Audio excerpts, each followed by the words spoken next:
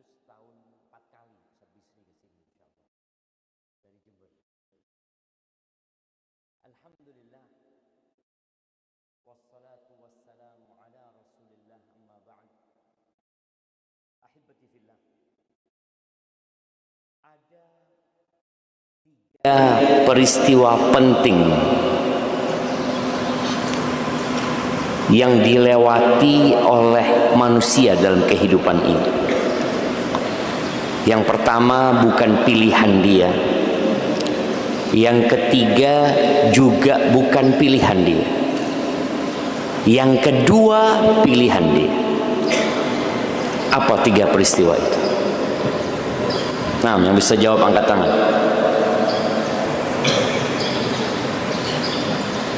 Nah, yang tua kayaknya, Masya Allah.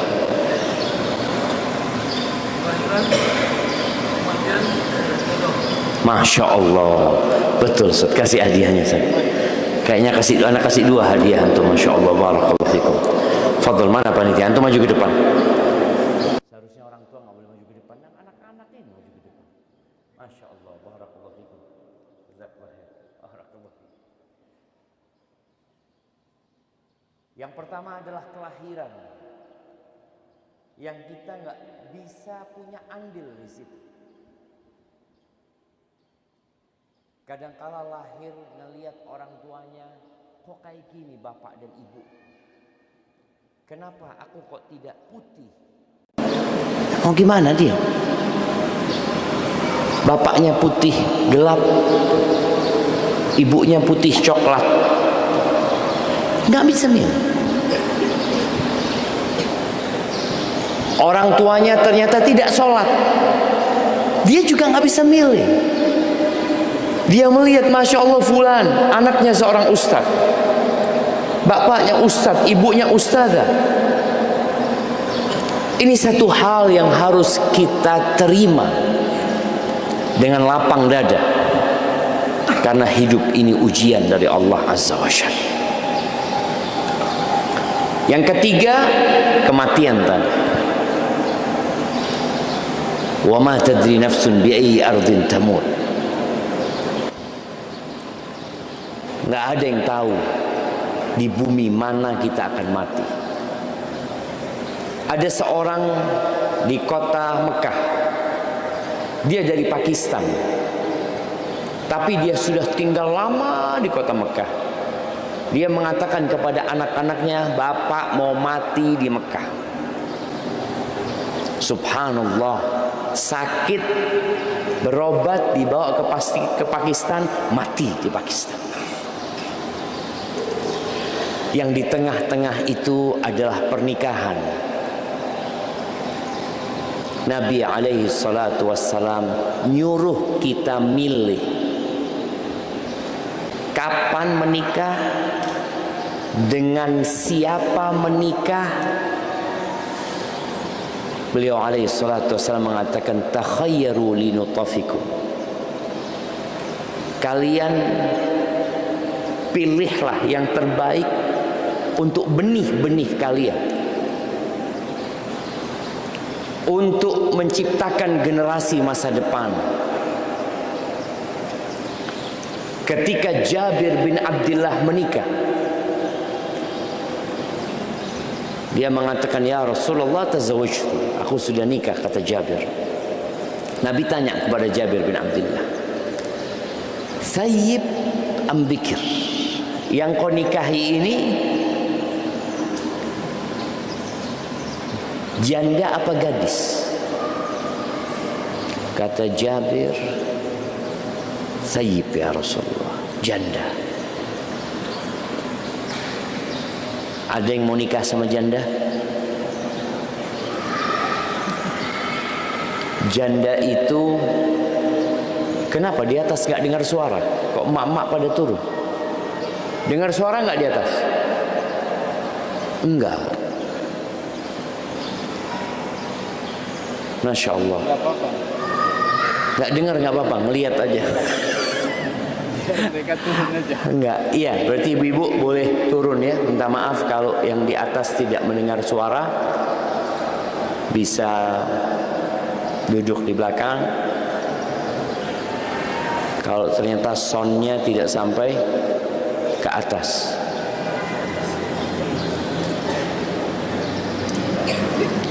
Nah, soalnya sampai berdiri-berdiri, nggak dengar memang di atas. Ibu-ibu nggak dengar, nggak ada sonnya di atas semua. Kenapa? ما في مشكلة. أهم شيء لا يقتربون من الرجال. Jangan ke sini, nanti lagi tambah banyak. Iya, kalau nggak dengar di atas, ibu-ibu bisa turun ke bawah ya. Bisa turun ke bawah. Masya Allah. Tadi nggak dicek mic-nya ini. Biasanya tes. Kalau tes biasanya dengar. 1, 2, 3 dengar dia. Kalau pas kajian nggak dengar.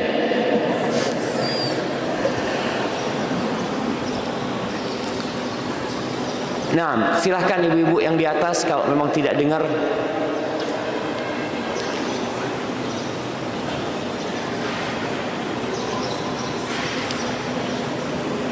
Ya, ini penting nih. Jadi Jabir bin Abdullah mengatakan, bal thayyib ya Rasulullah, yang aku nikahi janda. Apa kata Nabi SAW? Halla bikran ya Jabir, tula'ibuha wa tula'ibuka, tuda'ibuha wa tuda'ibuka. Jabir, kenapa engkau nggak nikah sama gadis? Padahal Nabi nikah sama janda. Nabi nikah janda, gadis, janda. Artinya Nabi SAW punya pengalaman dengan janda dan punya pengalaman dengan gadis. Maka beliau memberikan arahan kepada Jabir, halla bikran, kenapa engkau nggak nikahin gadis? Yang engkau bermain-main sama dia, dia bermain-main denganmu. Engkau bersenda gurau sama dia, dia bersenda gurau denganmu. Karena gadis ini gak punya pengalaman dengan suami sebelumnya. Kalau janda, dia sudah punya pengalaman. Dia punya tolok ukur. Dia sudah bisa memperbandingkan. Kalau kasar dikit, aduh, lebih baik suamiku yang dulu. Untung gimana sudah. Marah dikit, aduh. Iya, itu janda. Tapi apa alasan Jabir memilih janda? Jabir bercerita, ya Rasulullah, tufiya abi ma'aka fi Uhud. Abahku meninggal dunia ketika perang Uhud bersamamu. Radhiyallahu ta'ala anhu, dan meninggalkan 8 atau 9 adik perempuan. Bayangin. Maka Jabir mengatakan, aku menikah ya dengan harapan ada yang membantuku merawat adik-adikku. Aku kalau menikah sama gadis ya selesai sudah. Bisa jadi sama adik-adiknya ribut itu istrinya. Maka di sini antum perlu belajar juga. Ketika antum seorang duda menikah dengan gadis atau janda. Duda punya anak. Jamaah. Mungkin janda lebih baik. Karena janda itu sudah punya jiwa keibuan. Sedangkan kita berharap istri kita ini juga membantu kita merawat anak-anak kita. Makanya banyak terjadi keributan antara anak sama ibu sambung, sama ibu tiri. Kadangkala masalahnya memang sang bapak yang salah pilih istri. Ada seorang kakek dan nenek yang mendatangi anak, putrinya meninggal dunia. Dia datang ke anak mengatakan, Ustaz, menantu kita ini ya kalau mau nikah ya tolong mikir-mikir dulu karena dia punya anak-anak. Saya sampaikan insya Allah. Kenapa dia menyampaikan itu? Dia punya pengalaman ibu tiri. Jahat ibu tiri dia. Maka sang kakek ini nggak ingin cucunya dapat ibu tiri seperti yang dia pernah punya. Jadi bapaknya ini memilih yang cantik ya, memilih yang muda. Lupa sang bapak ini kalau punya anak, dia harus berpikir bukan hanya untuk dirinya, pikirkan anak-anakmu. Siapa yang duda? Angkat tangan di sini. Yang duda. Mana yang duda jemaah?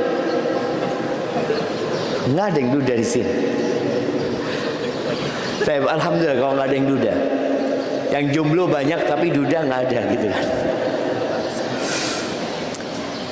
Maka ahibati fillah, memilih itu penting. Tapi terkadang kita sudah salah pilih. Sebagian kita kayaknya tema ini udah nggak cocok Ustaz. Ana sudah tua. Alhamdulillah punya istri yang cerewet. Alhamdulillah. Kalau antum punya istri yang cerewet berarti istri antum perempuan. Alhamdulillah. Karena tabiatnya dia seperti itu. Makanya kalau kita lihat anak-anak kita pintar ngomong itu karena emaknya bukan karena bapaknya.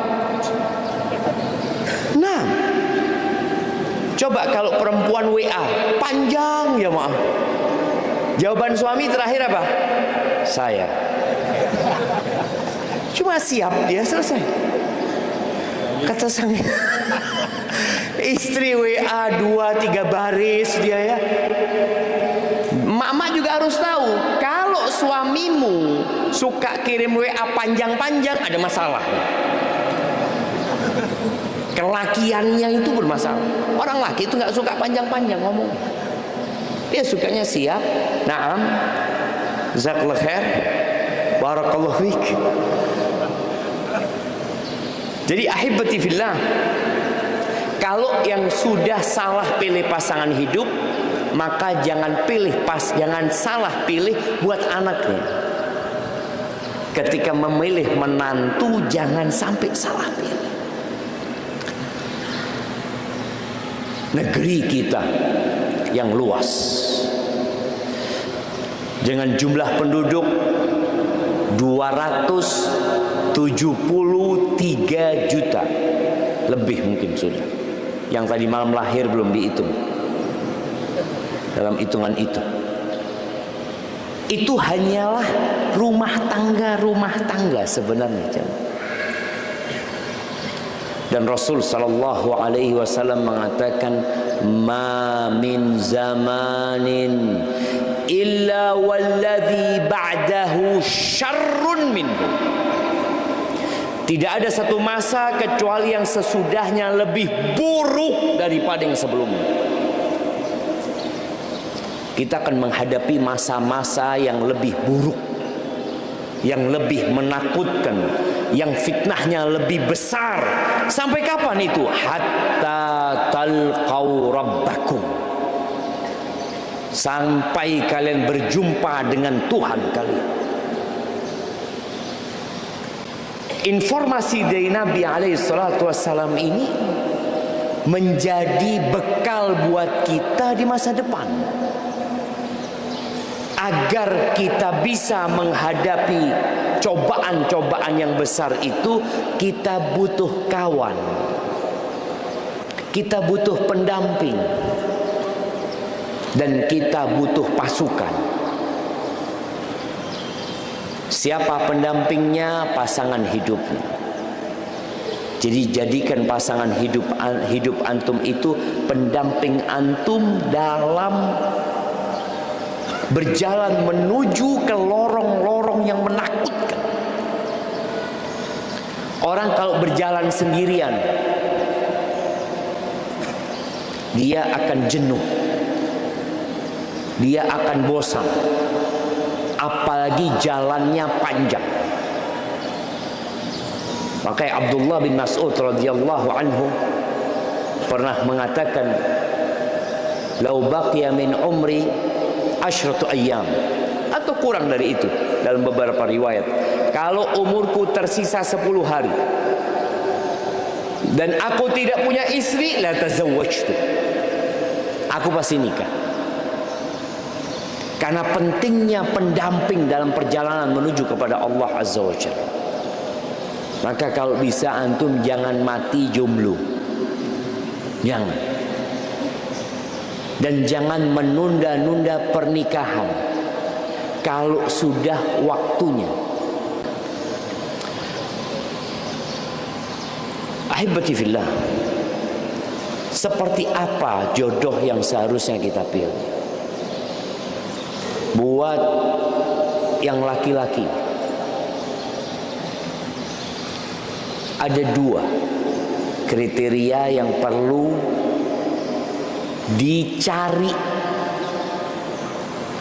Yang pertama, sabda Nabi sallallahu alaihi wasallam yang mengatakan, tunkahul mar'atu li arba'. Wanita dinikahin karena 4 perkara. Di sini para wanita kalau ingin datang jodohnya, persiapkan diri dia. Dengan apa? Engkau ingin menikah dengan lelaki yang seperti apa? Karena laki-laki itu milih, dan perempuan pun memilih. Jangan dipikir, oh kita kan nggak bisa milih loh. Milih. Ana punya teman pernah nazar Ustaz, 70 perempuan Ustaz. 70. Ngelihat nggak cocok, cocok ditolak. Ngelihat nggak cocok, cocok ditolak. Jadi bukan dia cocok ditolak, berarti perempuan ini yang nolak dia. Bisa milih. Jangan dikatakan perempuan itu nggak milih, milih juga. Bagi laki-laki kalau mau milih perempuan itu dinikahin karena 4 perkara. Yang pertama, limaliha, karena hartanya. Lijamaliha, karena kecantikannya. Kalau bicara kecantikan, semua perempuan itu cantik. Sebenarnya nggak ada yang nggak cantik, tapi relatif cantik itu.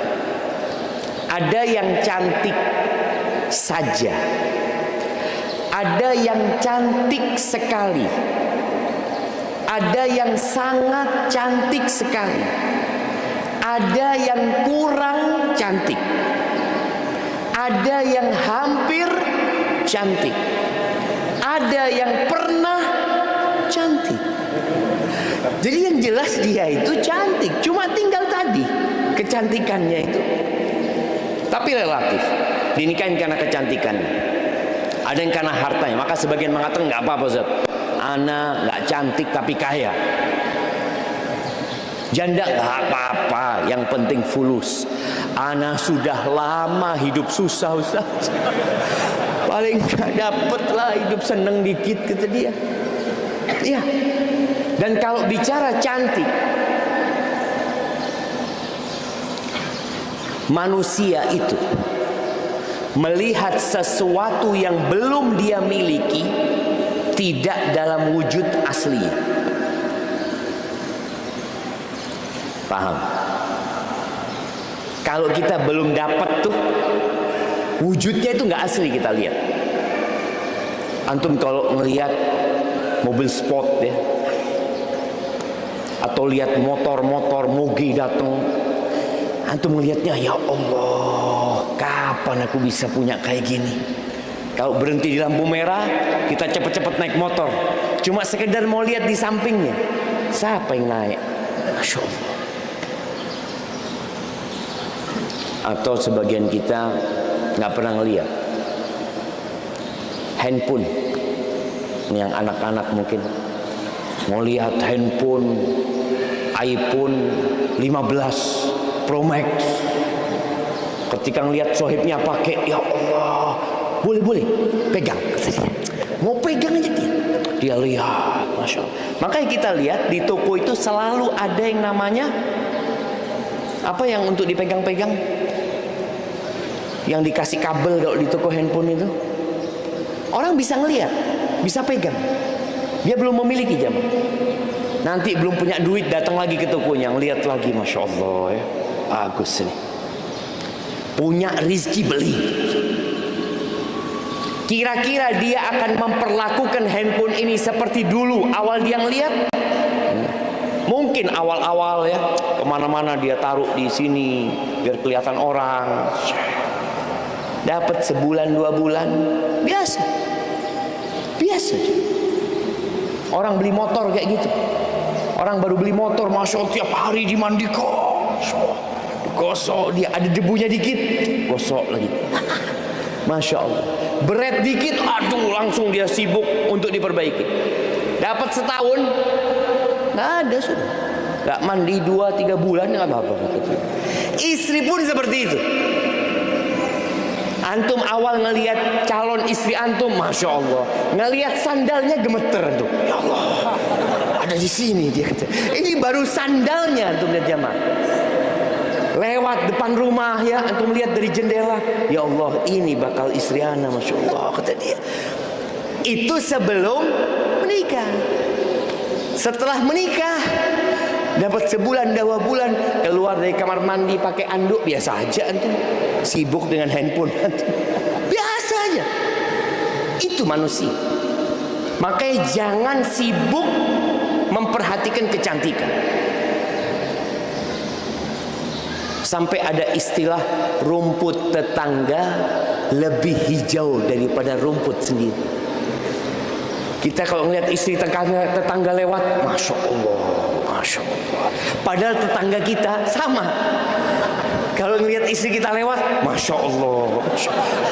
Karena orang ini sudah terbiasa melihat istrinya, sudah dia miliki, sudah dia rasakan, maka godaannya adalah yang belum dia miliki. Makanya kita diperintahkan menundukkan pandangan. Wa qul lil mu'minin yaghuddu min absari. Katakan kepada laki-laki yang beriman menundukkan, menahan pandangan mereka. Wa qul lil mu'minat, perempuan juga. Kadang-kala perempuan ngelihat di TV ya, artis-artis Korea mungkin, Masya Allah, ngelihat suaminya kok gelap gini suaminya. Makanya diperintahkan menundukkan pandangan supaya kita itu qanaah, ridho dengan yang kita miliki. Baik, karena hartanya, karena cantiknya, karena faktor darah biru, karena kemuliaannya, karena nasabnya yang mulia. Anaknya siapa? Anaknya gubernur, Insya Allah. Anaknya siapa? Anaknya presiden. Ada orang berpikir seperti itu. Anaknya sultan.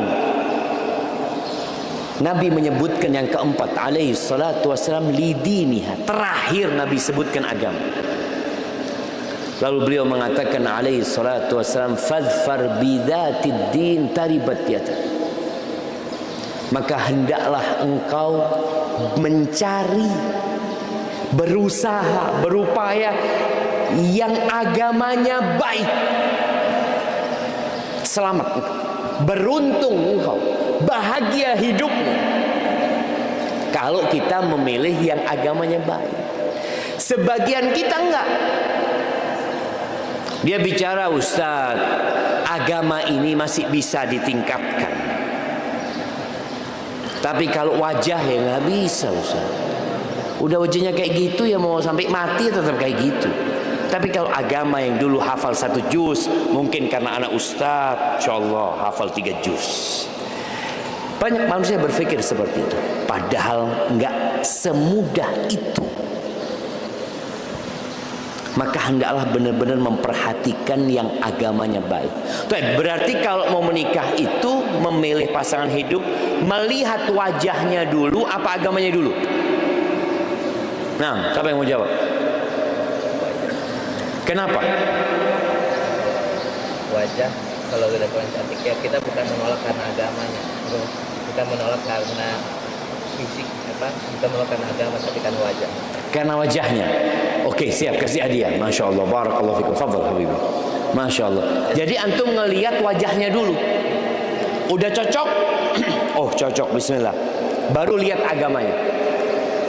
Kalau agamanya nggak baik, oh sudah, selamat tinggal. Tapi apakah antum siap meninggalkan dia kalau sudah cocok sama wajahnya?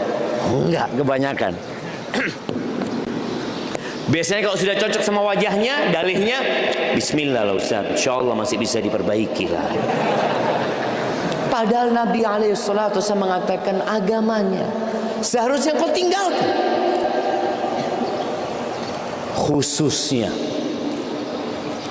lelaki-lelaki yang sering keluar kota. Berapa banyak istri-istri yang agamanya lemah, kemudian dia jadi rusak karena suami yang seharusnya memelihara dia, mengajarkan ilmu agama kepada dia, dia sering keluar kota, sehingga perempuan itu jadi rusak. Itu yang pertama, agamanya. Yang kedua, yang modalnya murah, maharnya nggak banyak. Di sini pasarannya berapa Ustaz? Relatif. Berapa Ustaz? Ya, ya relatif itu berapa? Tergantung. Soalnya anak Ustaz Bisi nggak berani nikah di sini, nikah di Jawa sana. Nah, berapa kira-kira Ustaz? Paling murah ya 25. 25. Itu biaya nikah. Kalau mahar sih seperangkat alat sholat. Oh, seperangkat alat sholat. Tapi biaya pernikahannya mahal. Masya Allah jemaah. Maka cari yang biaya pernikahannya murah. Inna min yumnil mar'ati, kata Nabi SAW, termasuk berkahnya seorang wanita yaitu taisiru mahriha. Maharnya mudah, muknahnya nggak banyak.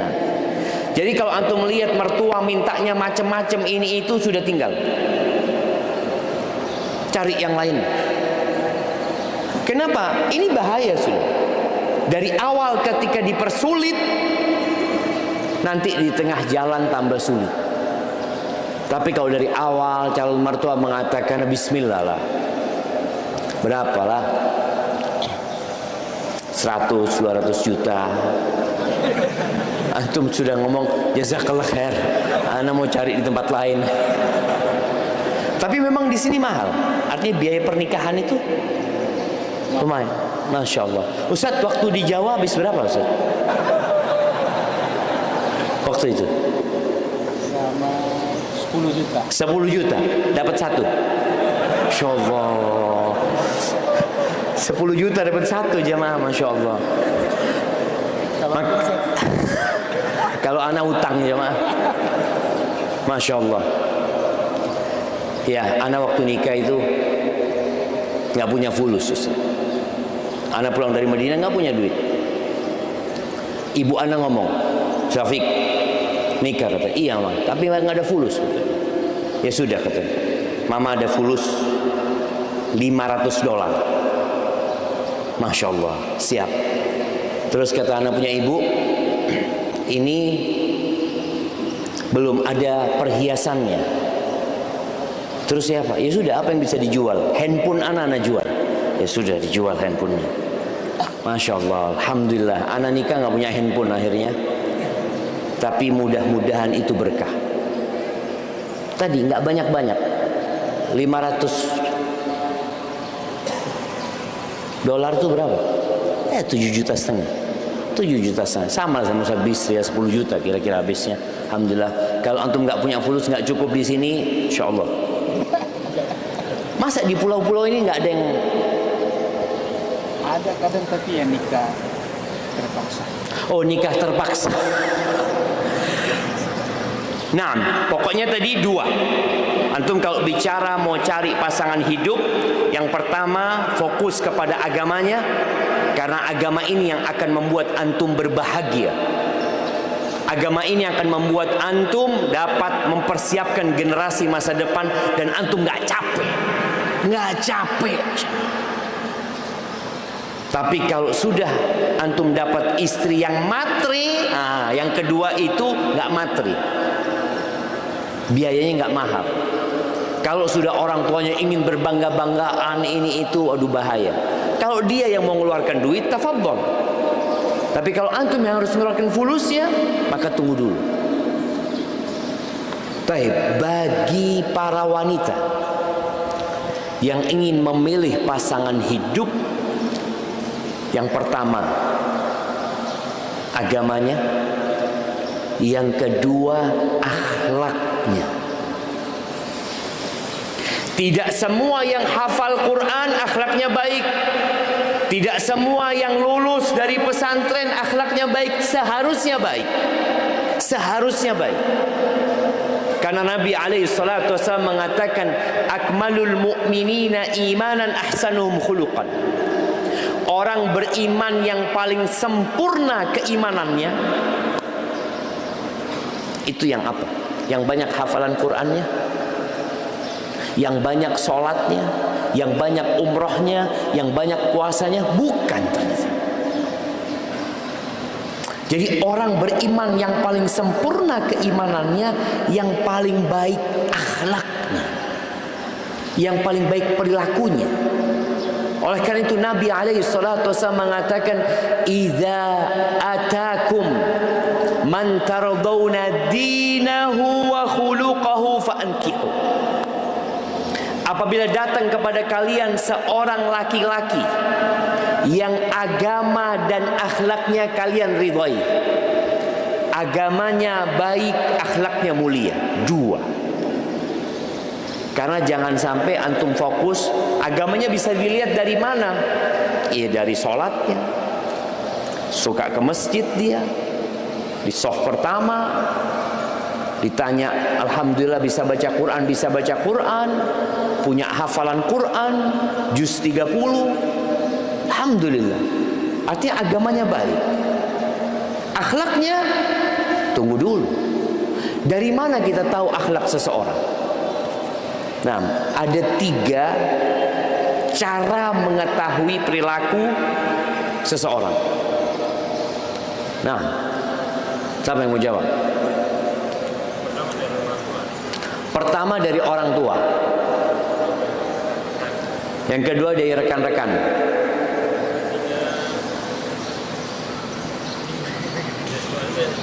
Dua aja, oke, nggak apa-apa, kita kasih hadiah. Masya Allah, fadhalu. Masya Allah, barakallahu fikum. Baik, ya, kalau bicara dari orang tua, nah, kita perlu lihat juga bagaimana orang tuanya.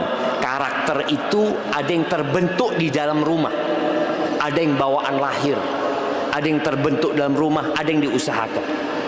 Kawan-kawan dia juga kita ngelihat. Umar bin Khattab radhiyallahu anhu, ketika ada seorang yang mau menjadi saksi, Umar mengatakan, siapa yang merekomendasikan engkau? Kau ini, karena saksi itu harus orang yang benar-benar soleh, gak sembarangan.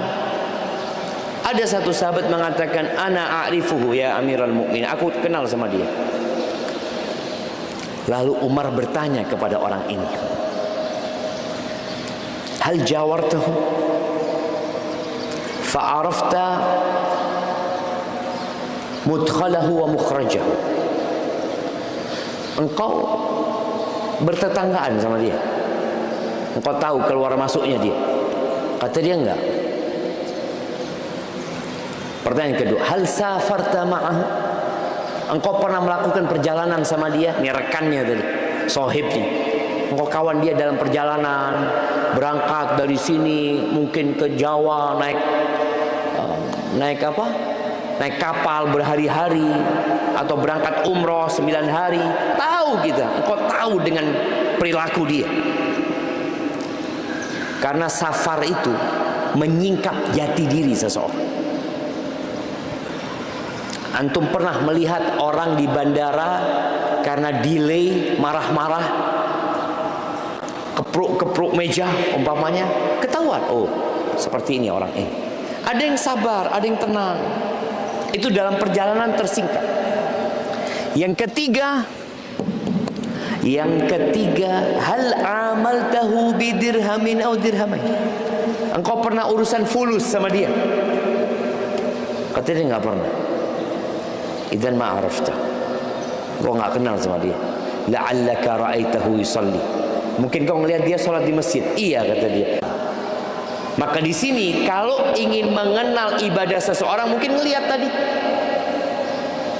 Bagaimana dia di masjid, tanya sama imam masjid. Umpamanya rumahnya di dekat salah satu masjid. Tanya sama imam masjid, Pak Imam, maaf, ada fulan mau melamar putri saya. Pak Imam kenal, fulan yang mana? Itu fulan yang rumahnya dekat masjid. Oh iya, iya, Masya Allah dia.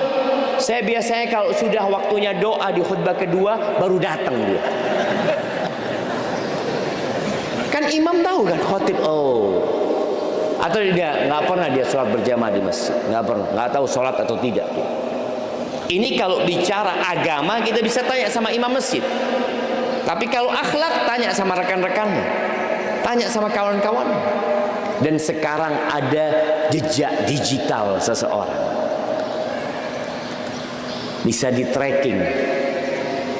Calon suamimu ini punya akun 1 apa 5?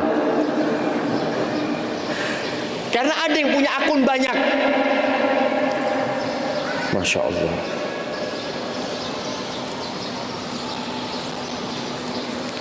Akunnya nama samaran semua. Kalau nama aslinya isinya kajian ustaz. Masya Allah. Kan ada jemaah, ada orang-orang yang akunnya banyak. Tapi kalau sudah akunnya nggak benar, dia pakai nama samaran. Ada yang seperti itu. Maka bisa di tracking. Lihat siapa kawan-kawan dia. Dia pengikutnya siapa? Dilihat, Masya Allah, followernya Ronaldo. Oh, Masya Allah. Kira-kira kalau followernya Ronaldo itu bener nggak? Ronaldo itu sudah nikah belum? Siapa yang tahu? Udah nikah belum? Sudah nikah? Hadir tentu. Bisa tahu. Nah, belum. Terus anak-anaknya? Anak haram. Masya Allah, keren deh jamaah. Kasih hadiah, Ustaz. Kasih hadiah sama buku. Anak-anak 2 tuh yang bisa jawab tadi itu. Nah, 2 orang. Ya ini bagi 2 sama temennya. Masya Allah. Kasih temennya yang satu yang ngomong anak haram itu. Betul jemaah, Ronaldo ini nggak nikah. Itu anak haram semua. Ketika orang ini jadi followernya Ronaldo, hati-hati. Nanti punya anak haram dia, kayak Ronaldo. Atau dia cuma menyukai Ronaldo main bolanya. Tapi hati-hati. Jangan sembarangan meletakkan cintamu.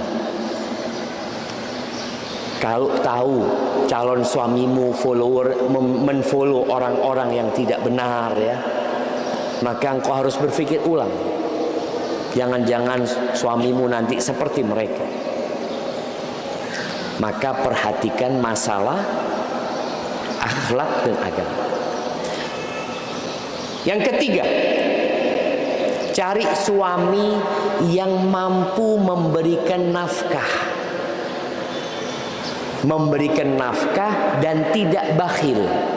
Ibu-ibu, anak mau tanya sama mama nih.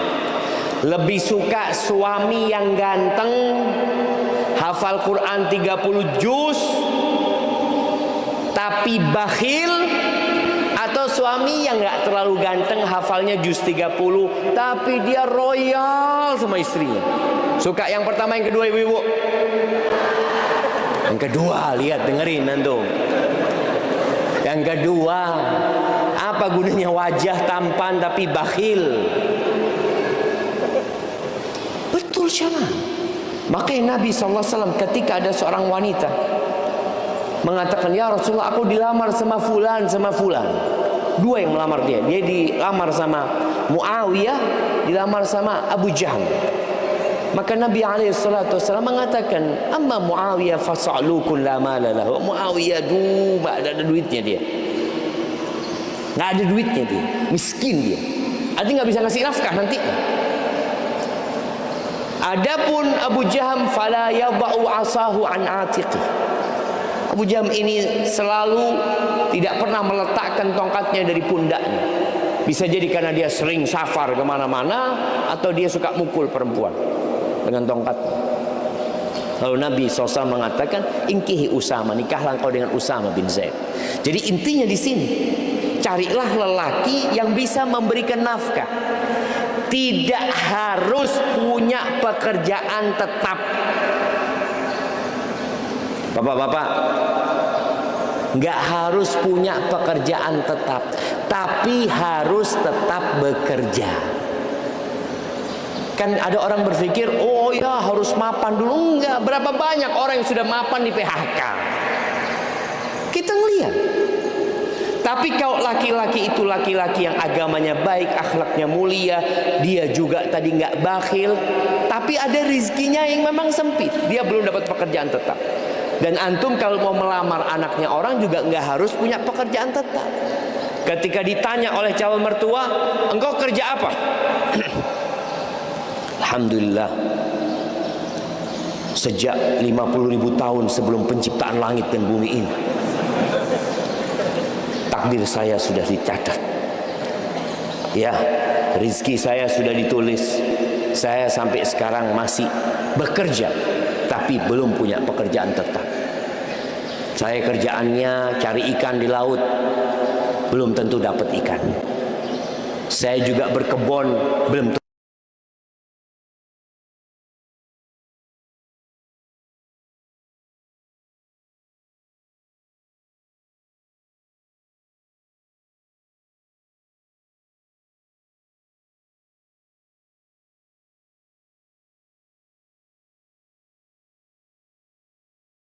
Anak bujangan utang banyak. Punya anak pertama punya mobil. Seharusnya ketika bujangan punya mobil, ketika menikah gimana? Rizkinya bagi dua. Enggak, ternyata istri kita bawa rizki sendiri, anak kita bawa rizki sendiri. Enggak ada ceritanya mereka makan rizki orang tuanya, bawa rizki. Makanya Rasul SAW ketika menyebutkan ada 3 orang yang Allah akan memberikan jaminan kepada dia, garanti. Salah satunya an-nakihul lil afaf, orang yang menikah untuk menjaga kehormatan dirinya. Banyak orang menikah karena perempuan itu sudah hamil. Banyak orang menikah karena dia sudah berzina. Sang keluarga perempuan minta pertanggungjawaban. Enggak, Allah kasih jaminan. Tapi kalau engkau menikah dalam rangka menjaga kehormatan dirimu, Allah jamin. Allah mengatakan, wa ankihul ayama minkum wassalihina min ibadikum wa imaikum iyakunu fuqara yughnihimullah min fadli. Nikahkan tuh yang jomblo-jomblo itu, nikah yang laki yang perempuan. Gimana kalau mereka fakir? Allah yang akan mencukupi. Maka ahibati fillah, bismillah, segera menikah. Kalau mertua nggak nerima antum, cari mertua yang lain. Mati 1, tumbuh 1000. Dan buat para wanita yang jodohnya belum datang, perbanyak istighfar. Buat laki-laki juga yang belum dapat jodohnya, perbanyak istighfar, mohon ampun Azza wa Jalla, dan perbaiki dirimu. Sebagian orang tua melihat anaknya pakai jilbab besar tertutup, nak, siapa yang mau sama engkau, nak? Subhanallah, aku mau sama orang-orang soleh yang mau sama aku. Semua ada pangsa pasarnya. Perempuan yang pakai rok mini ada pangsa pasarnya. Betul? Iya jemaah. Perempuan yang pakai jilbab ada pangsa pasarnya. Orang itu akan mencari yang sesuai dengan kondisi hati dia. Barakallahu fiik. Rasa itu karena banyak pertanyaan katanya yang berkaitan dengan rumah tangga ini, ana kembalikan ke Ustaz Bisri. Jazakumullah khairan. Alhamdulillah, jazahullahu khairan katsira. Semoga Allah Subhanahu wa taala membalas untuk beliau dengan kebaikan pahala. Apa yang beliau sampaikan tadi itu adalah merupakan masalah-masalah kehidupan yang mungkin ada di antara kita ada yang mengalaminya, maka tidak mengapa pada kesempatan kali ini bagi para jamaah yang ingin bertanya, silakan. Dan sudah banyak pertanyaan yang masuk ke kita terkait masalah rumah tangga, terutama masalah akhlak, Ustaz. Banyak masalah akhlak yang bermasalah. Jadi ini pertanyaan yang kemarin sudah disampaikan di kajian dari mulai di Masjid Sabilul Jannah, kemudian juga di Masjid Muhajirin, dan ini berkaitan dengan akhlak seorang suami. Pertanyaannya begini, Ustaz.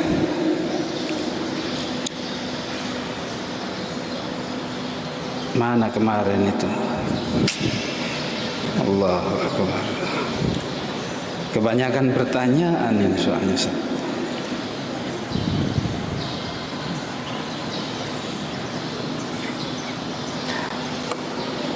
Beliau kirim chat-chatnya beliau dengan suaminya tentang masalah keluarga, Ustaz. Intinya suaminya berselingkuh. Ceritanya bahwa ikhwan atau akhwat ini bersuami seorang ikhwan. Udah ngaji, Ustaz. Penampilannya insya Allah juga udah nyunnah. Tapi qadarullah beliau berselingkuh. Dan sudah terjadi diskusi panjang dengan istri beliau. Istrinya bertanya, apakah kalau seandainya, apakah saya berdosa kalau saya bercerai dengan dia, saya melepas dia? Bagaimana dengan anak-anak saya? Apakah saya berdosa kalau berpisah, bercerai dengan suami saya? Nasihatnya, Ustaz. Barakallahu fikum. Ahibati fillah, tak ada gading yang tak retak. Istrimu bukan bidadari dan engkau bukan malaikat. Ketika mendapati suami berbuat dosa, Anda enggak tahu selingkuh yang dimaksud berzina. Berzina. Nah, karena kadangkala orang menikah siri dianggap selingkuh oleh sebagian orang, dianggap berkhianat, padahal sejatinya tidak. Allah Azza wa Jalla mengatakan, fankihu ma taba lakum minan nisa mathna wa thulatha wa ruba fa in khiftum alla ta'dilu fawahida aw ma malakat aymanukum. Kata Allah Azza wa Jalla, nikahilah wanita-wanita yang baik-baik, yang cocok sama kalian. 2, 3, 4. Kalau kalian takut tidak mampu berlaku adil, maka cukup 1. Gak ada alasan seorang berzina, gak ada. Apa alasanmu berzina? Allah membolehkan kau menikah 2, 3, 4, lalu berzina. Maka kalau kita lihat hukuman buat perbuatan zina ini gak main-main. Pernah waktu itu teman di kelas dari Afrika, dia di Madinah. Ketika kita bahas fikih, dia tanya sama guru fikih kita, Ustaz, orang yang mencuri itu tangannya dipotong. Kenapa orang yang berzina kok nggak kita potong aja kemaluan dia? Kok hukum Allah itu dirajam kalau dia sudah menikah? Dijelaskan sama Syekh, ketika seorang berzina, itu yang merasakan kelezatan itu semua sel dari tubuhnya, semua syaraf dari tubuhnya, maka dia harus merasakan azab itu semuanya.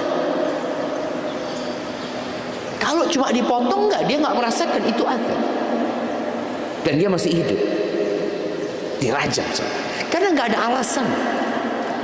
Allah memberikan kesempatan kemudian dia berzina. Seorang suami yang istrinya satu, ya dia tidak mengambil hak dia untuk nikah 2, 3, 4. Tapi nggak ada alasan kemudian kau mengatakan, Ustaz, daripada ana ribut sama istri karena menikah lebih dari satu itu membutuhkan kesabaran lebih. Laki-laki itu kalau berpikir duniawi, dia akan berpikir berzina daripada menikah lagi. Dia punya uang 100 juta, dia bisa berzina dengan 100 wanita tanpa ada beban kecuali dosa. Maksudnya beban sama mertua, beban sama ipar, nggak ada. Berzina dia. Tapi itu hal yang dimurkain Allah Azza wa Jalla. Hari ini berzina, besok berzina. Sebagian laki-laki demi mempertahankan rumah tangganya, dia berzina. Enggak lah, anak kalau lagi ada hasrat, ya udahlah berzina. Enggak ada alasan untuk mempertahankan rumah tangga, menjaga rumah tangga, kesian sama anak-anak. Dan ada wanita yang berpikir seperti itu. Anak pernah dengar seorang wanita, aduh jangan sampai suami anak kawin lagi. Kalau dia lagi berhasrat, ya udahlah biar berzina aja. Na'udzubillah. Na'udzubillah. Maka ingat, nggak ada alasan. Menikah lagi beban. Ribut sama mertua, ribut sama ipar-ipar, belum ribut sama anak. Ada seorang bapak yang nikah lagi dibunuh sama anaknya.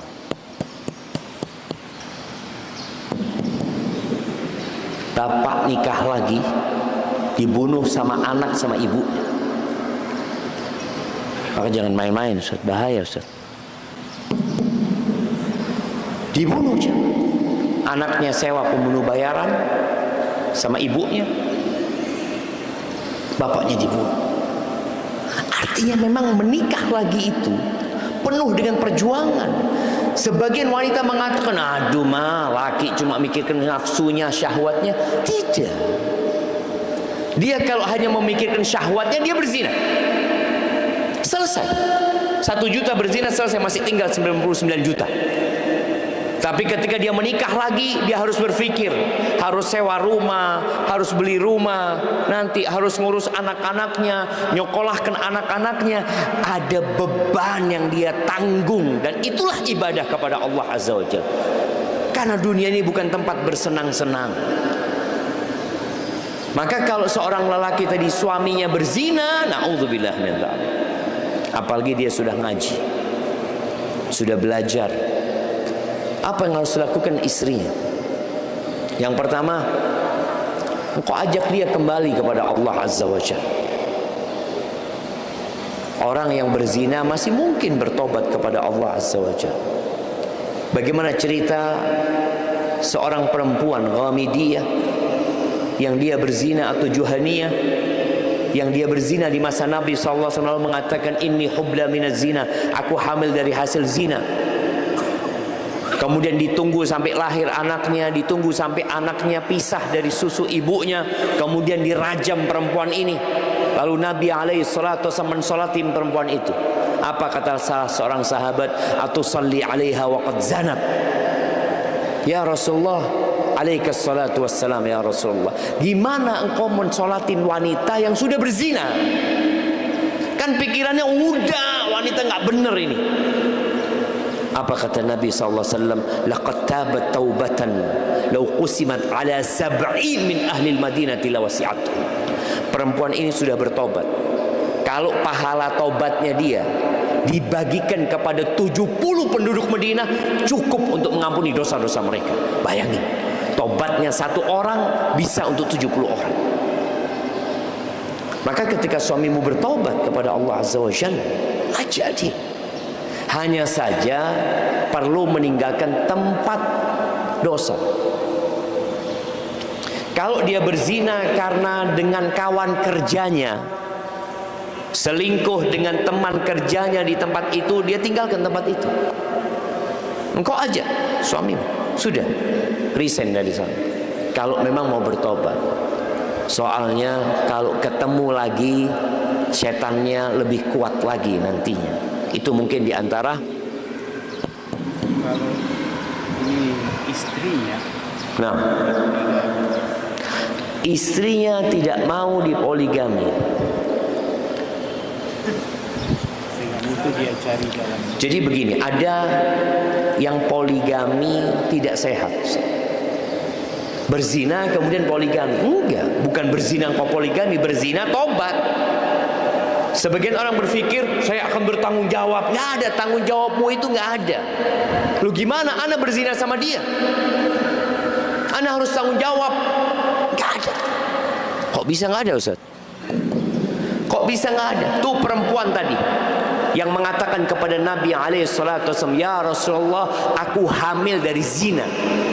Apakah ditanya sama Nabi SAW, engkau berzina dengan siapa?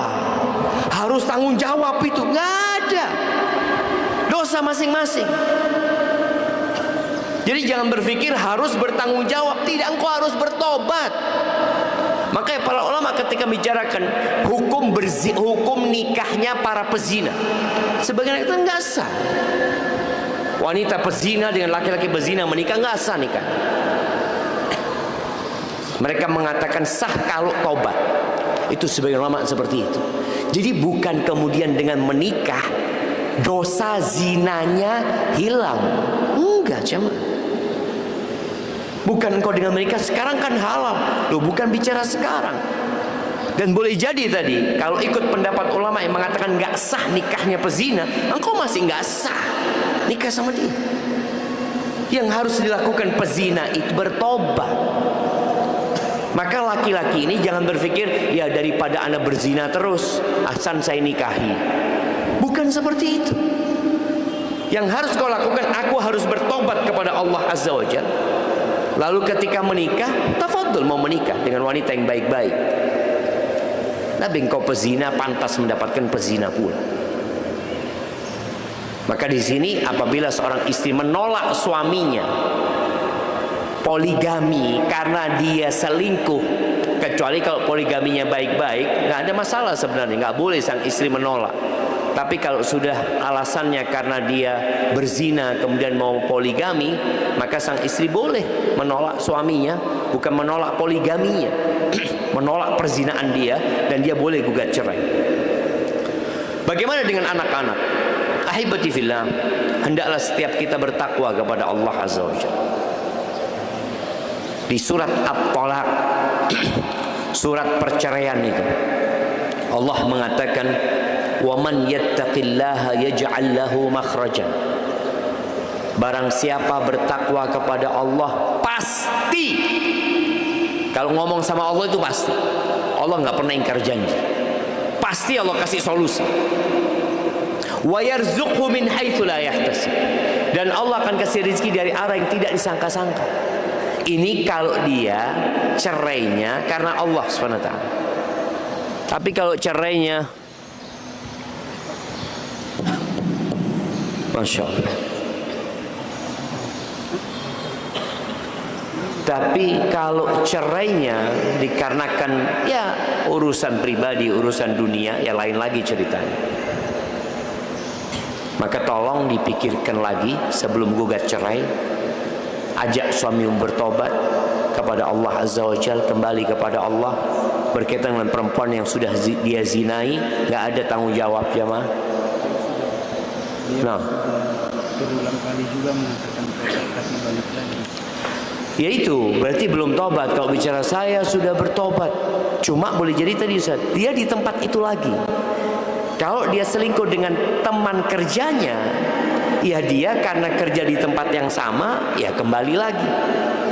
Makanya kita salah satu cara meninggalkan dosa itu meninggalkan tempat berbuat dosa. Anda ingat kisah seorang laki-laki yang dia kerja di sebuah hotel. Kemudian dia ketahuan berzina, selingkuh. Dia amat kawannya di hotel sana. Istrinya datang ke rumah, kalau nggak salah sama suaminya juga. 1, 2, 3. Nah, iya kayaknya ganti mic gitu. Istrinya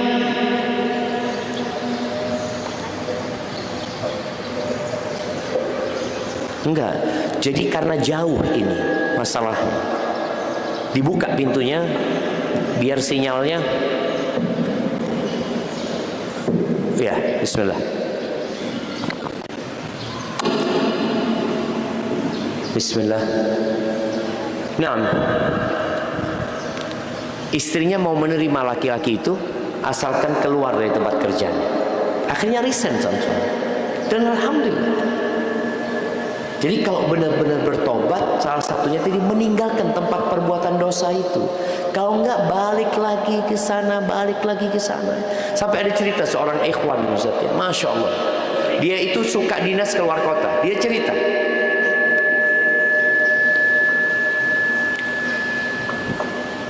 Dia katakan, anak Ustaz kalau dinas keluar kota sama teman-teman laki-laki ini, subhanallah, kita itu dapat kamar masing-masing, Ustaz. Anak punya kawan semua bawa pelacur, Ustaz, ke kamarnya. Anak enggak, Ustaz. Alhamdulillah.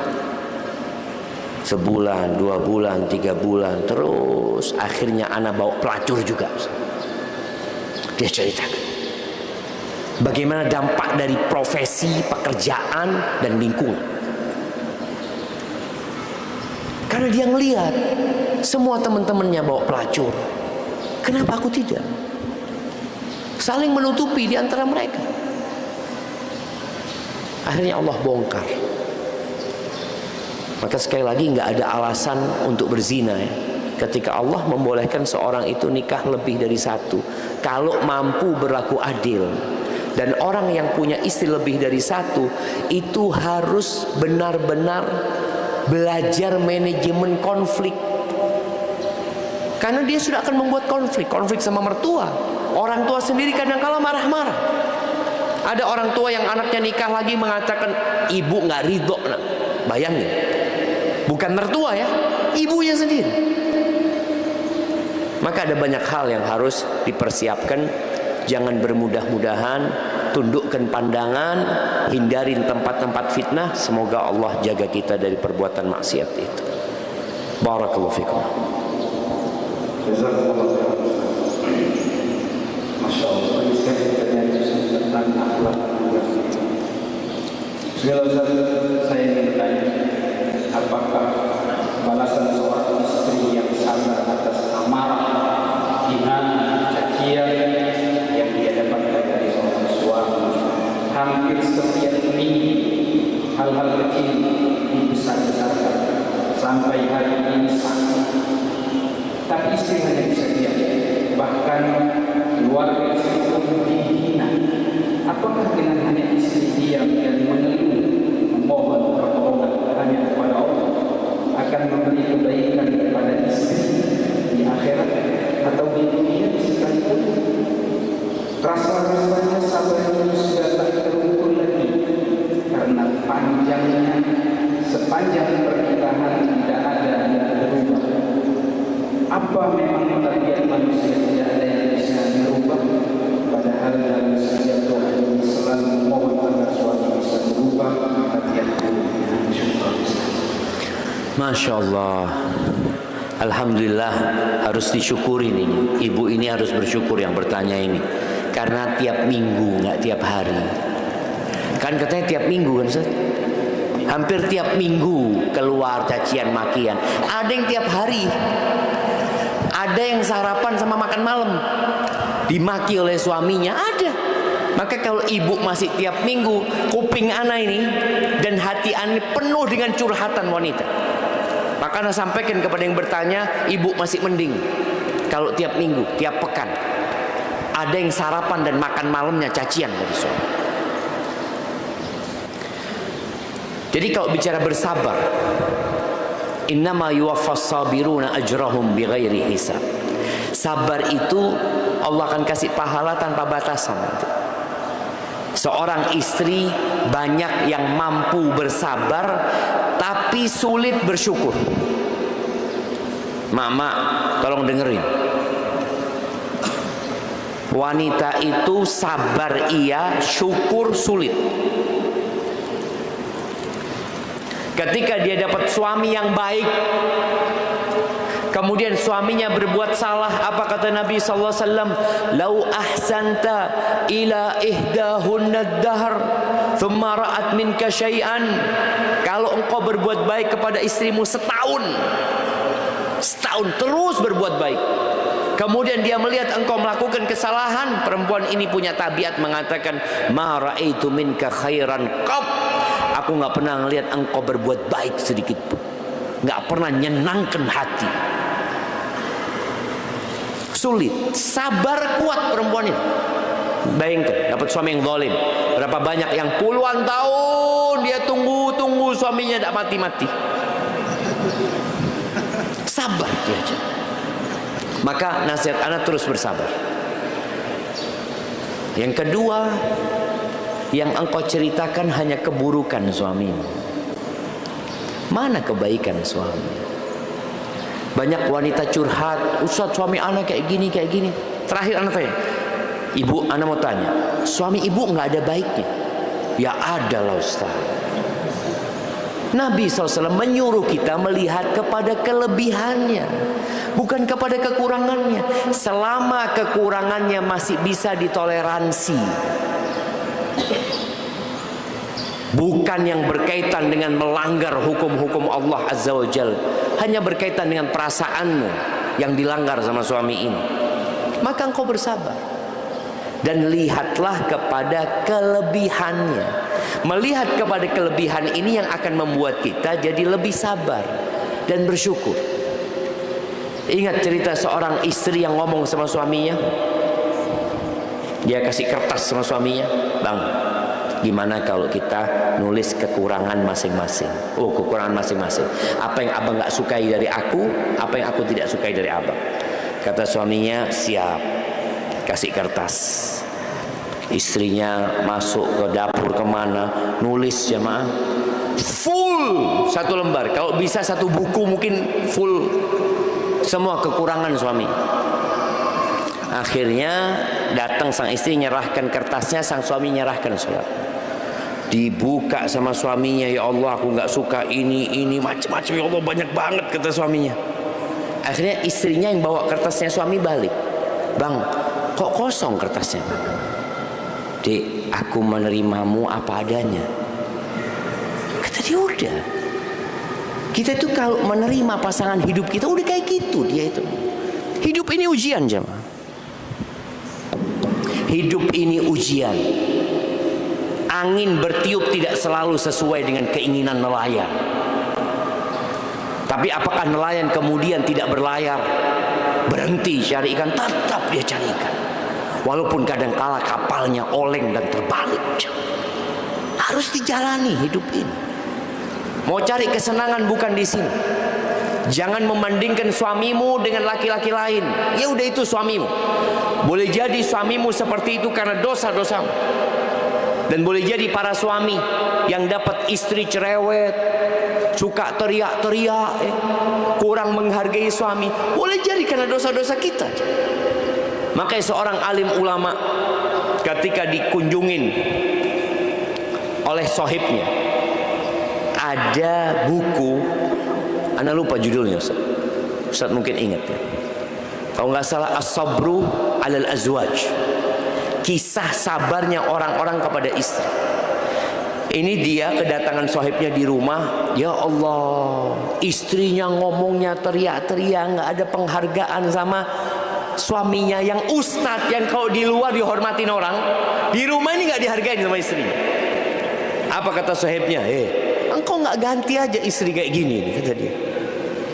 Kata suaminya, aku takut aku dapat istri kayak gini karena azab dari Allah disebabkan dosa-dosa. Dan aku khawatir kalau aku nikah lagi, dapat yang lebih parah dari kayak gini. Udahlah yang ini, bismillah sudah. Karena belum tentu dia dapat yang lebih bagus ya mah. Belum tentu. Karena takdir Allah Azza wa Jalla untuk kebaikan kita sebenarnya. Selama engkau bisa bersabar, lihat kepada kelebihan suamimu. Kemudian yang ketiga, apakah karakter bisa dirubah? Bisa dirubah. Engkau punya peran merubah karakter suamimu dengan doa dan usaha.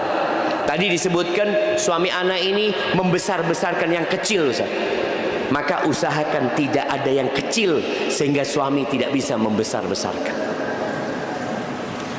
Istri kan tahu, aduh Zat, masalah kopiah Zat, kopiahnya hilang kesingsal, marah-marah Zat.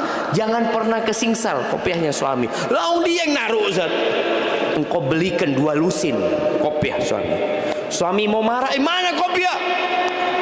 Siap bang, ana bukain yang baru buat abang.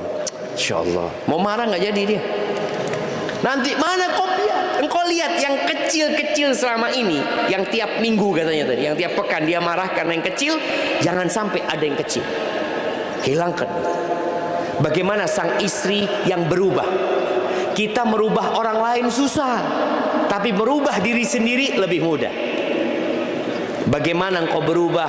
Suami datang, engkau di depan pintu mengatakan ahlan wa sahlan, aku kangen sama engkau bang, mau yang panas apa yang dingin? Insyaallah. Jangan pernah tanya sama suami, dari mana engkau? Jangan. Iya. Gimana kalau Ana mau tanya Ustaz, ya ini yang punya istri orang Maluku, kalau datang ditanya apa sama istrinya biasanya? Nah, ditanya apa biasanya? Ustaz kan istrinya orang Jawa. Enggak. Nah, ditanya apa bang biasanya bang? Kasih mic-nya biar dengar Ustaz. Anak nggak dengar.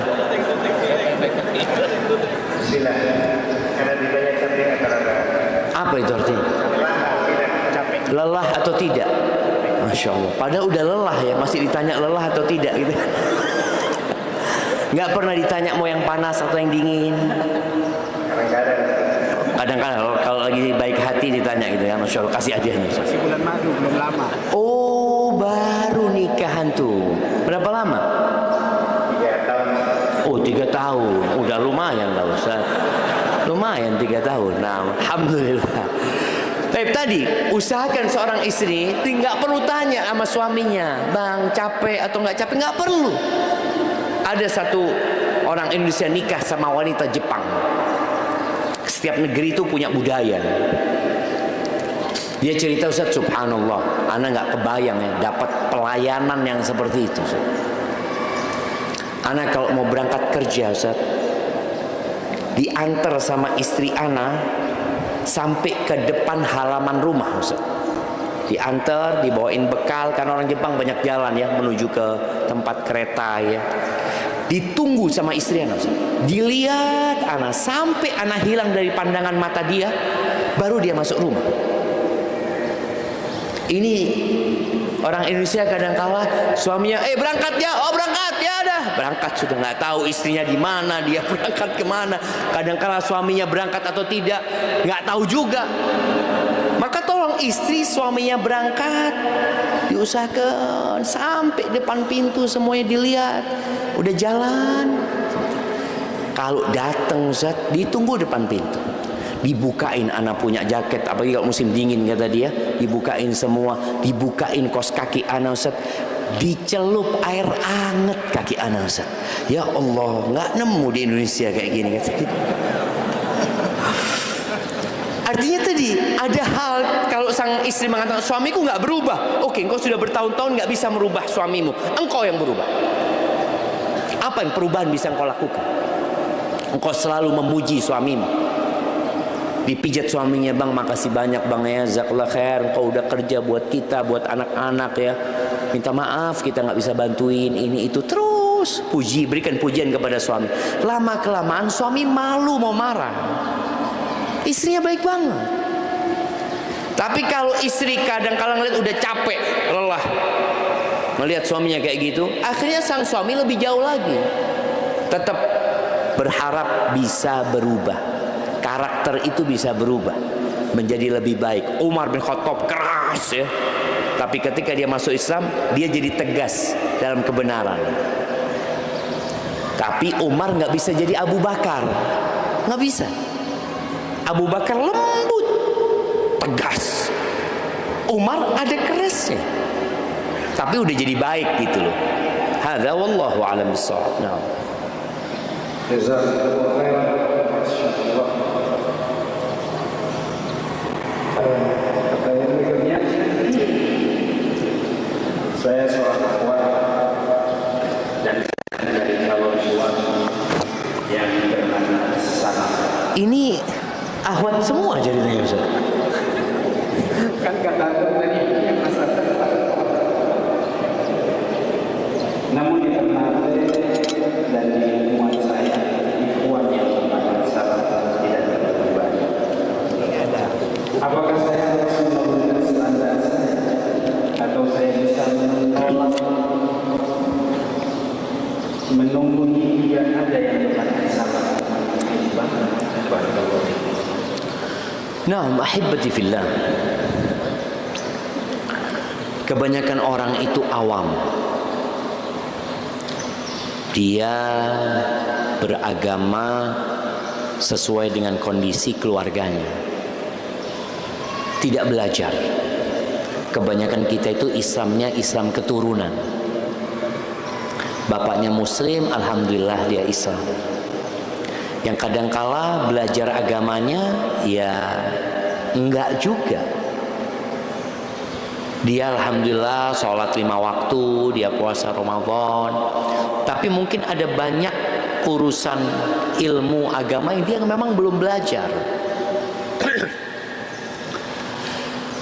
Kalau dia ini menjalankan kewajibannya sebagai seorang muslim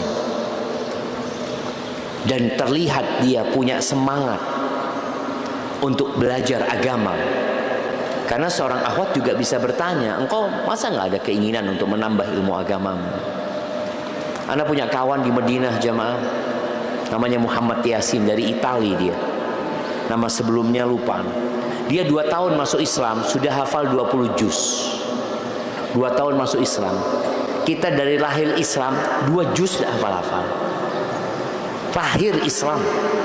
Karena kali nggak punya semangat untuk mempelajari agama. Maka kalau calon suamimu tadi ada yang datang, dia secara agama alhamdulillah dia menjalankan kewajiban dan menjauhi larangan Allah Azza wa Jalla. Hanya saja dia memang belum belajar. Apa yang perlu dilakukan?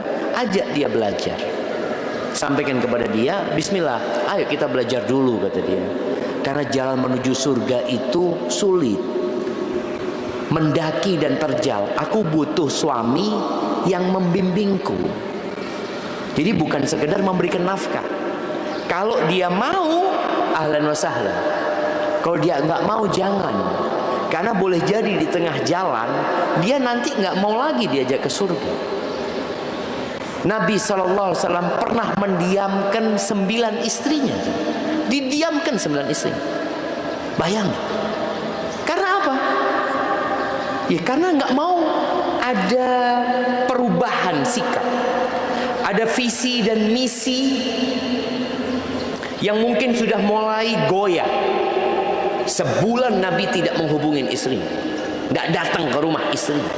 Setelah itu turun firman Allah, ya ayyuhan nabiyyu, di surat Al-Ahzab ayat 28-29 ya. Ya ayyuhan nabiyyu qul li azwajika in kuntunna turidna al-hayata ad-dunya wa zinataha fata'alaina umatti'kunna wa usarrihkunna sarahan jamil. Bayangin, Nabi mengatakan kepada setiap istri, kalau keinginanmu kehidupan dunia, kenikmatan dunia, kemewahan dunia, kemari aku kasih mut'ah, aku kasih pesangon, aku kasih harta, kemudian aku ceraikan kalian dengan perceraian yang baik. Jadi kadang-kala di tengah jalan udah visi misinya berubah, ya bercerai, nggak apa-apa. Nabi menawarkan itu kepada istri-istrinya. Wa in kuntunna turidnallaha wa rasulahu wad daral akhirah fa innallaha a'adda lil muhsinati minkunna ajran 'azim. Kalau yang kalian inginkan adalah Allah, Rasulnya, kehidupan akhirat, fa innallah, sesungguhnya Allah. Dia tidak bicara aku akan kasih engkau. Enggak, Nabi SAW enggak memberi apa-apa kepada istri. Allah yang akan kasih kepada orang-orang yang berbaik di antara kalian pahala yang besar. Jadi engkau lihat calon suamimu ini paling tidak tadi dia melaksanakan kewajiban, menjauhi larangan, dan semangat untuk belajar agama. Artinya bisa diajar. Tapi kalau enggak, engkau akan kerepotan. Jalan dia kemana, jalanmu kemana. Maka lebih baik menunggu. Kalau dikatakan ikhwan-ikhwan yang udah ngaji, yang belajar sunnah ini nggak banyak, banyak di sini lihat. Cuma belum ketemu. Sepertinya Ustaz, Maluku mengaji ini perlu buka biro jodoh untuk membantu. Enggak gini, jadi banyak biro jodoh itu biro jodoh di Jakarta, di Jogja. Padahal lebih baik biro jodoh itu untuk daerah situ, ya daerah situ aja. Ana waktu mau menikah ngomong sama orang tua, kan ana mahasiswa fi fulus. Mah, Syafiq mau nikah sama yang kalau bisa ke rumah mertua naik becak. Naik becak, bukan bentor mah, becak. Alhamdulillah, dapat yang dekat-dekat gitu. Soalnya kalau dapat istri, kalau Ustaz istrinya orang mana Ustaz? Orang Bandung. Bayangin naik pesawat berapa ke sana? Habis, akhirnya nggak pulang-pulang gitu. Kakek nggak ketemu sama cucu, cucu nggak ketemu sama kakek. Maafi fulus. Coba mertuanya naik beca, setiap hari lah datang. Barakallahu fikum. Nah, mungkin seperti itu. Jadi insya Allah bikin Ustaz ya, biro jodoh khusus pakai aplikasi Ustaz. Pakai aplikasi. Oh.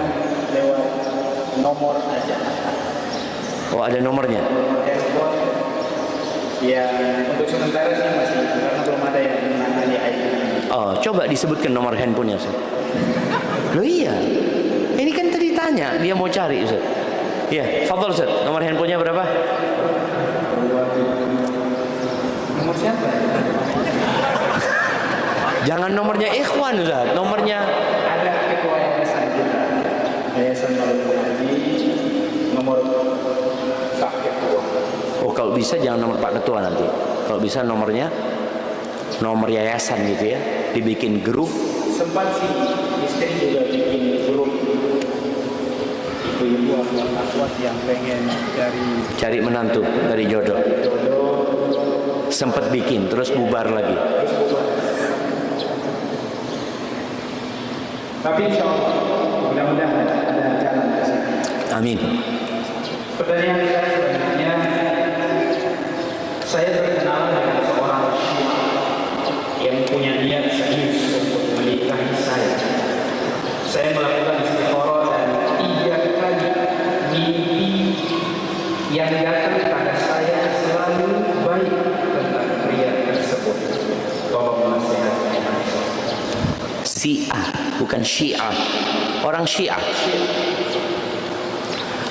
Ahibati fillah, ada yang perlu diistikharah, ada yang nggak perlu istikharah. Jadi yang salah yang istikharah.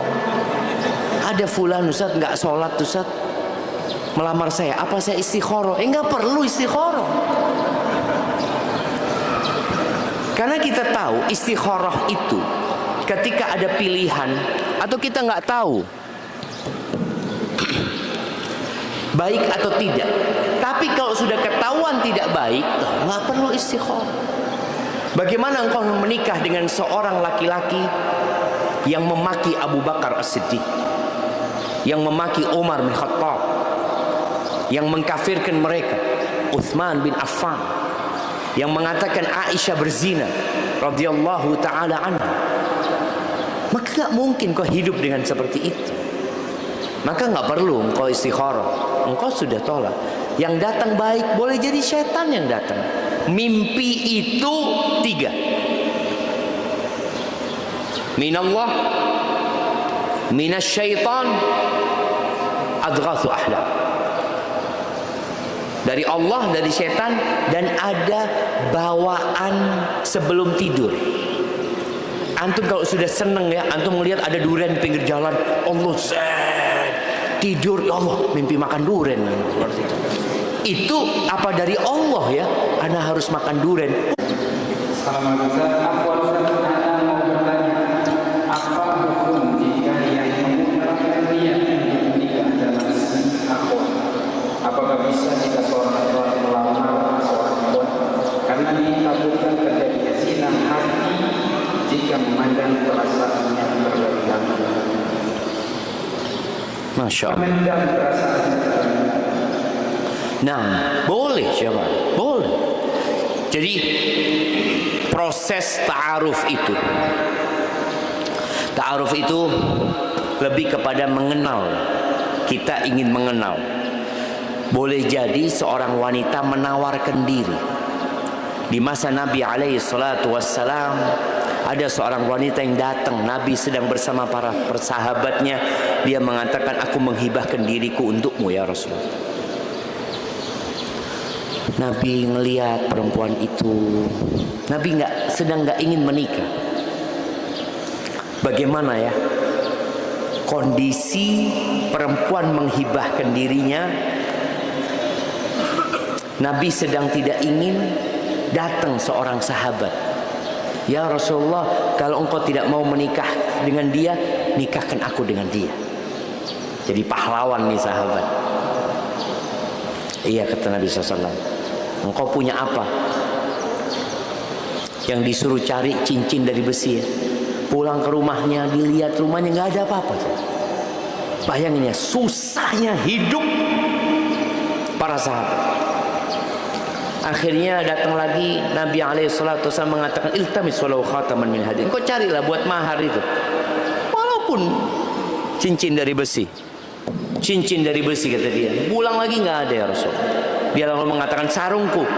Gimana kalau sarungku mahar buat dia? Kata Nabi SAW, kalau engkau berikan sarungmu, engkau pakai apa? Dari miskinnya. Hal ma'aka syai' minal Quran? Di sini Nabi tanya kepada dia, alaihi salatu wasallam, engkau punya hafalan Quran? Iya ya Rasulullah, aku hafal surat ini, surat ini, surat ini. Aku nikahkan engkau dengan Quran yang ada pada dirimu. Artinya untuk mengajarkannya kepada istrinya. Pertanyaan saya maksudnya, kalau seseorang punya harta, mampu dia membayar mahar, tapi maharnya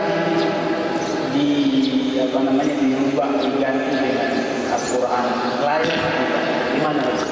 Iya, jadi orang ini mau keren-kerenan kan? Mahar itu asalnya harta. Sahabat ini nggak punya harta. Antum jangan nikah dengan surat Ar-Rahman. Itu sahabat karena nggak punya harta. Dan dia bukan membaca surat Ar-Rahman. Dia disuruh mengajarkan itu kepada istrinya. Jadi hendaklah kita mahar biasalah. Antum nggak perlu keren-kerenan dilihat orang bagaimana antum mendidik dan mengajar istri antum. Terus tadi pertanyaannya apa? Oh, ini menawarkan dirinya. Akhwat menawarkan dirinya. Nggak apa-apa. Dia menawarkan dirinya. Mungkin ada yang berpendapat ya nggak tahu malu. Kalau malu, kirim orang. Rasulullah SAW menikah dengan Khadijah. Siapa yang menawarkan diri? Khadijah.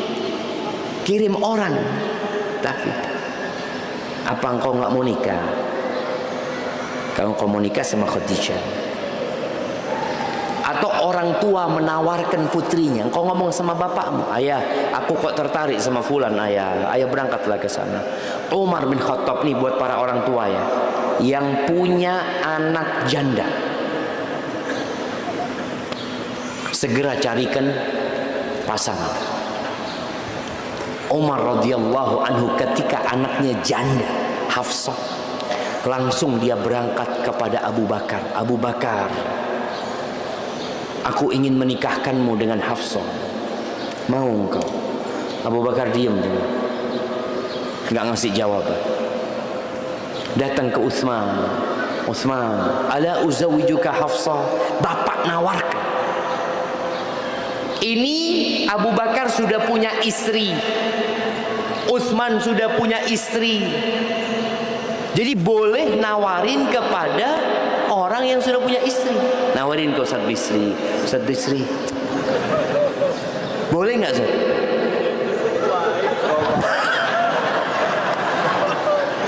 Sama kayak Rasul, nggak ada hajat. Oh, belum.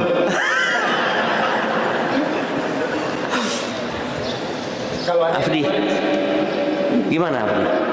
Boleh bapaknya kawin lagi? Setuju apa enggak? Nggak boleh.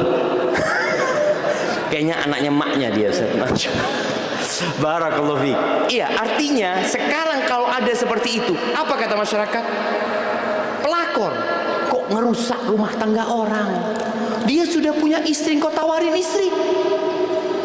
Ini Umar menawarkan putrinya kepada Abu Bakar, menawarkan kepada Utsman, yang Utsman ini menantunya Rasulullah SAW. Utsman ini menantu Nabi SAW. Ala uzawwijuka Hafsah. Utsman ngomong, dia ngasih waktu. Setelah itu dia mengatakan, kok kayaknya anak belum ingin menikah sekarang kayak gitu. Oh iya, kata Utsman, kata Umar bin Khattab, ya udah kalau nggak mau nggak apa-apa. Subhanallah, ternyata dilamar oleh Rasulullah SAW. Dilamar sama Nabi SAW, menikah sama Nabi SAW. Datang Abu Bakar, Umar, kayaknya engkau marah sama aku ketika engkau menawarkan putrimu. Ini bayangkan ya, Abu Bakar sama Umar beda umurnya itu kira-kira ya hampir 10 tahun.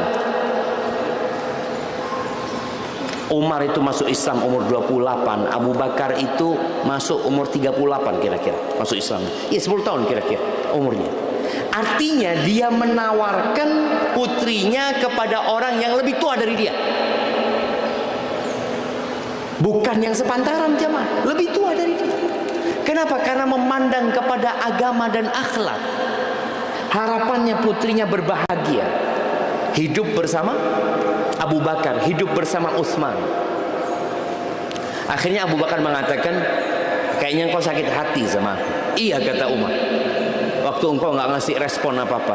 Iya, soalnya aku mendengar Nabi SAW menyebut nama Hafsah. Makanya aku nggak ingin menyebarkan rahasia Rasul SAW, maka aku diem. Dan alhamdulillah dapat yang lebih baik daripada Abu Bakar, dapat yang lebih baik daripada Utsman, menikah dengan Rasulullah sallallahu alaihi wasallam. Jadi 4 sahabat Nabi ini, Ali dan Utsman menantu, Abu Bakar dan Umar mertua. Masya Allah. Gimana Ustaz? Bisa? Cukup. Waktu kita sudah selesai. Yang 9 Ustaz seharusnya udah harus beranjak dari tempat ini. Lewat 10 menit sebenarnya. Nggak tahu kalau jam lebih cepat.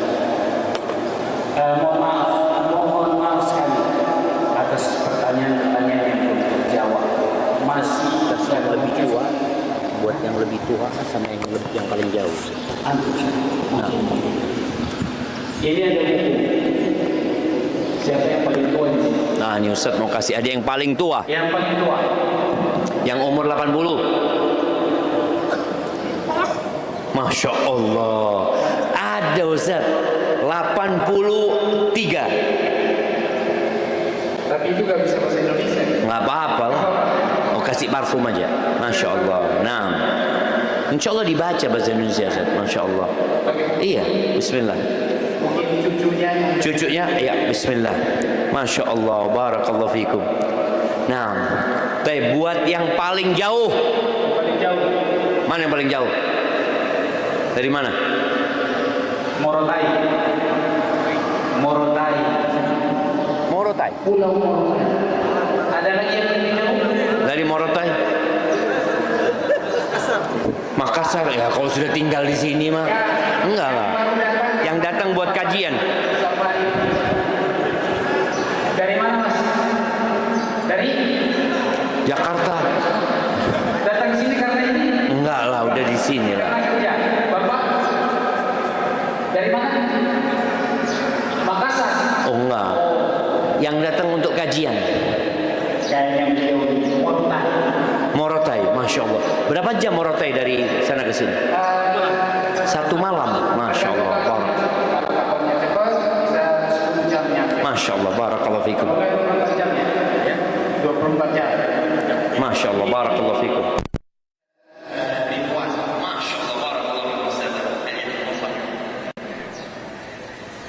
Barakallahu fikum.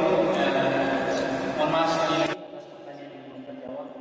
Insyaallah karena pertanyaan yang belum terjawab itu nanti akan tanya lagi di tahun atau bulan-bulan yang akan datang. Terima kasih kepada para Pak Imam, para pengurus BKM Masjid Al-Munawwar, Masjid Raya Kota Ternate, Maluku Utara.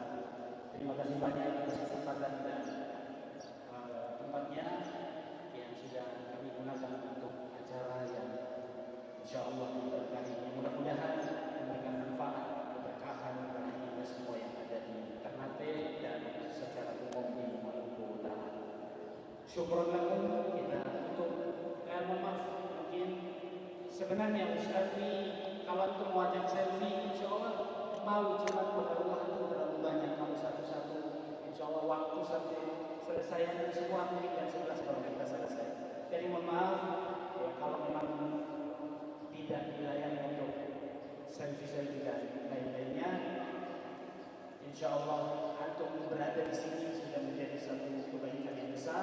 Moga-moga kita berjumpa di surga. Almarhumah ma'ana. Antum cukup cintai beliau karena dia orang yang sunnah.